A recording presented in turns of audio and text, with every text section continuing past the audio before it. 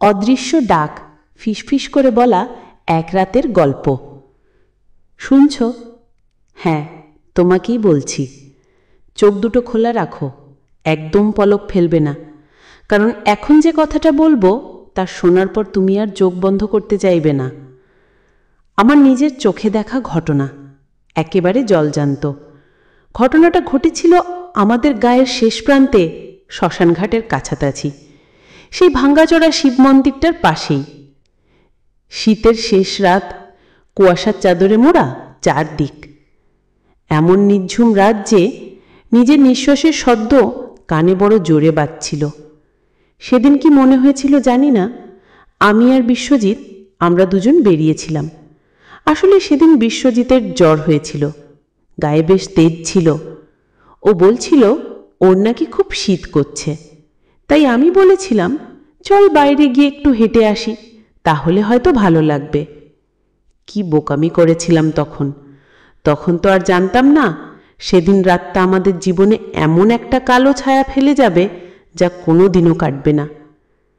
চাঁদ সেদিন মেঘের আড়ালে মুখ লুকিয়েছিল।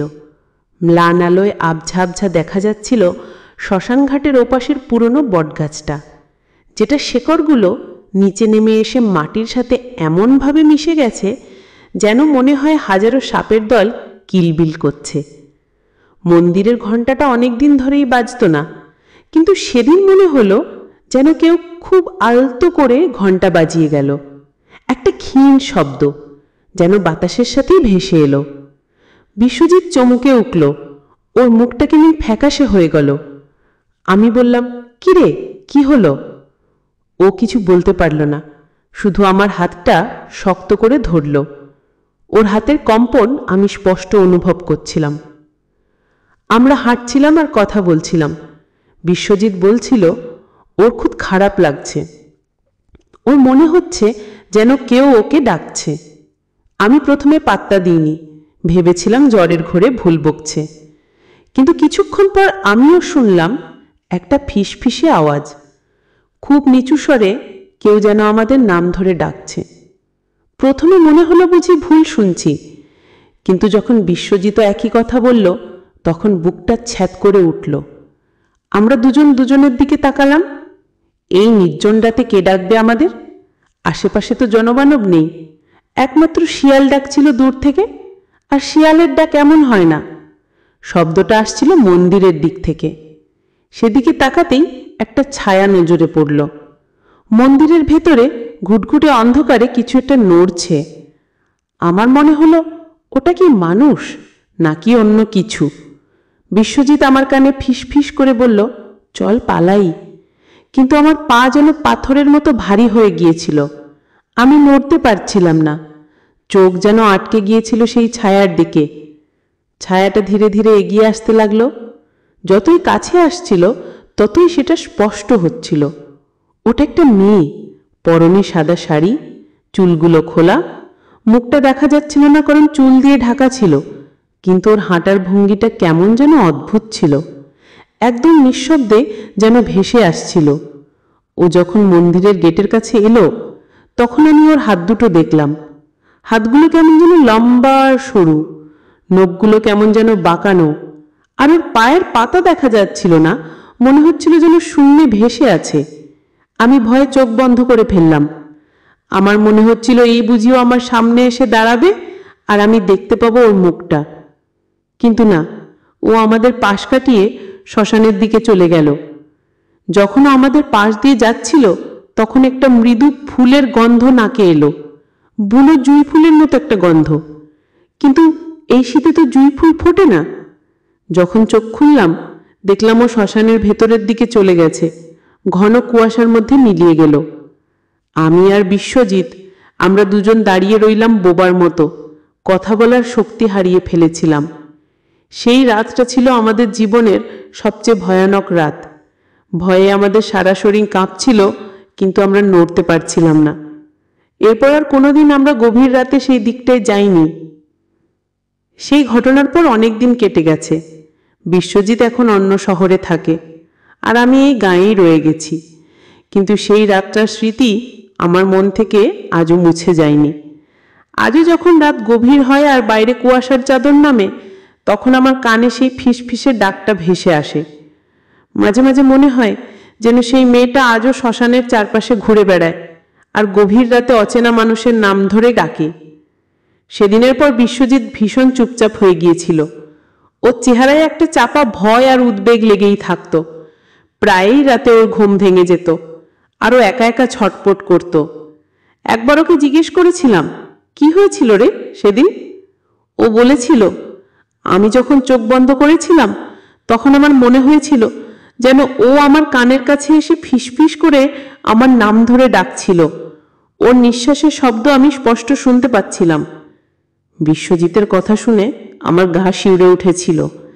আমি তো শুধু ওকে দূরে যেতে দেখেছিলাম, কিন্তু ও যা দেখেছিল তা আমাকে শিউরে ওঠার জন্য যথেষ্ট ছিল। এরপর থেকে আমরা দুজনেই ভূতের গল্প বা ভৌতিক কোনো আলোচনার থেকে দূরে থাকতাম, কারণ আমরা জানতাম কিছু কিছু সত্য এত ভয়াবহ হয় যে তা জানলে মানুষ আর স্বাভাবিক থাকতে পারে না। আমার জীবনে আরও কিছু ঘটনা ঘটেছিল যা সেই রাতের সাথে কেমন যেন একটা সম্পর্ক তৈরি করে রেখেছিল। এক শীতের রাতে আমি একা হেঁটে ফিরছিলাম শ্মশানঘাটের পাশ দিয়ে। সেই একই রকম কুয়াশা, একই রকম নিঃশব্দতা, কিন্তু সেদিন আমার মনে একটা অদ্ভুত সাহস ভর করেছিল। হয়তো অনেকদিন আগে সেই ঘটনার রেশ কেটে গিয়েছিল। আমি হাঁটতে হাঁটতে হঠাৎ থেমে গেলাম। আমার পায়ের কাছে একটা জিনিস পড়েছিল। আমি ঝুঁকে সেটা তুলে নিলাম। ওটার উপর নূপুর, ভাঙা একটা নূপুর, কিন্তু তার থেকে বুনো জুঁই ফুলের সেই গন্ধটা আসছিল। আমার বুকের ভেতরটা ধক করে উঠল। এই গন্ধটা আমি চিনি। এটা তো সেই রাতের গন্ধ। আমি চারপাশে তাকালাম। কুয়াশার কারণে কিছুই স্পষ্ট দেখা যাচ্ছিল না, কিন্তু আমার মনে হলো যেন কেউ আমাকে দেখছে। আমার পিঠের ওপর কেমন যেন একটা শীতল স্পর্শ অনুভব করলাম। আমি ভয়ে এক ছুটে বাড়ি ফিরলাম। সেই নূপুরটা আজও আমার কাছে আছে, লুকিয়ে রেখেছি, কাউকে দেখাইনি। মাঝে মাঝে গভীর রাতে যখন সবাই ঘুমিয়ে থাকে তখন আমি নূপুরটা বের করে দেখি। তখন আমার মনে হয় যেন সেই মেয়েটা আমার পাশেই দাঁড়িয়ে আছে, যেন ওর নিঃশ্বাসের শব্দ আমি শুনতে পাচ্ছি, যেন ওর দীর্ঘ চুলগুলো আমার গালে এসে পড়ছে। সবচেয়ে ভয়াবহ ঘটনাটা ঘটেছিল গত বছর। বর্ষার রাত ছিল। সেদিন আকাশ ভেঙে বৃষ্টি হচ্ছিল। আমি ঘুমিয়েছিলাম, হঠাৎ ঘুম ভেঙে গেল। আমার মনে হলো যেন কেউ আমার জানলা ধরে টানছে, কিন্তু জানলা তো ভেতর থেকে বন্ধ ছিল। আমি উঠে বসলাম। আমার বুকটা ধুকফুক করছিল। আমি জানলাটার দিকে তাকালাম। হঠাৎ দেখলাম জানলার কাঁচের ওপাশে একটা ছায়া। বৃষ্টির কারণে স্পষ্ট দেখা যাচ্ছিল না, কিন্তু আমি বুঝতে পারছিলাম যে সেটা একটা মানুষের আকৃতি। আমার শরীর হিম হয়ে গেল। আমি ভয়ে কুঁকড়ে বিছানায় শুয়ে রইলাম। কিছুক্ষণ পর ছায়াটা চলে গেল। আমি সারা রাত ভয়ে চোখ বন্ধ করে রইলাম। পরদিন সকালে যখন উঠলাম তখন বৃষ্টি থেমে গিয়েছিল। আমি জানালার কাছে গেলাম। কাঁচের ওপর হাত বোলাতেই একটা জিনিস অনুভব করলাম। কাঁচের ওপর যেন কেউ একটা লেখা লিখে রেখে গেছে। অস্পষ্ট কিছু অক্ষর বৃষ্টির জলে কিছুটা ধুয়ে গেছে, কিন্তু আমি স্পষ্ট বুঝতে পারছিলাম ওখানে লেখা ছিল, আমি আসব। আমার হৃৎপিণ্ডটা যেন লাফিয়ে উঠল। এটা কে লিখেছে আর কেন লিখেছে? আমার মনে হলো এই ঘটনাগুলো বিচ্ছিন্ন নয়, সবকিছুর পিছনে যেন একটা অদৃশ্য সুতো বাঁধা আছে। যেন সেই মেয়েটা, সে এখনো আমার আশেপাশে ঘুরছে, সে আমাকে অনুসরণ করছে।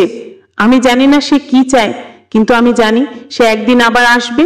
হয়তো সেদিন আর আমি পালাতে পারবো না। হয়তো সেদিন সে আমার সামনে আসবে আর আমি তাকে স্পষ্ট দেখতে পাবো। হয়তো সেদিন সে আমাকে তার গল্পটা বলবে, যে গল্পটা সে 1000 বছর ধরে ফিসফিস করে বলে চলেছে। আমার মনে হয় এই ঘটনাটা শুধু আমার পাশের গ্রামের কথা নয়, এই ঘটনাটা তোমার গ্রামেরও হতে পারে। হয়তো তোমার বাড়ির পেছনে শ্মশানেও এমন কিছু একটা ঘটে চলেছে যা তুমি জানো না। হয়তো আজ রাতে যখন তুমি ঘুমিয়ে পড়বে তখন তুমিও শুনতে পাবে সেই ফিসফিসে ডাক, আর তখন তুমি বুঝতে পারবে এই ভয়টা কতটা বাস্তব। এখন চোখ বন্ধ করো না, কারণ তুমি হয়তো দেখতে পাবে তোমার জানলার বাইরে সেই ছায়াটা। কি ভয়ে গা ছমছম করছে না?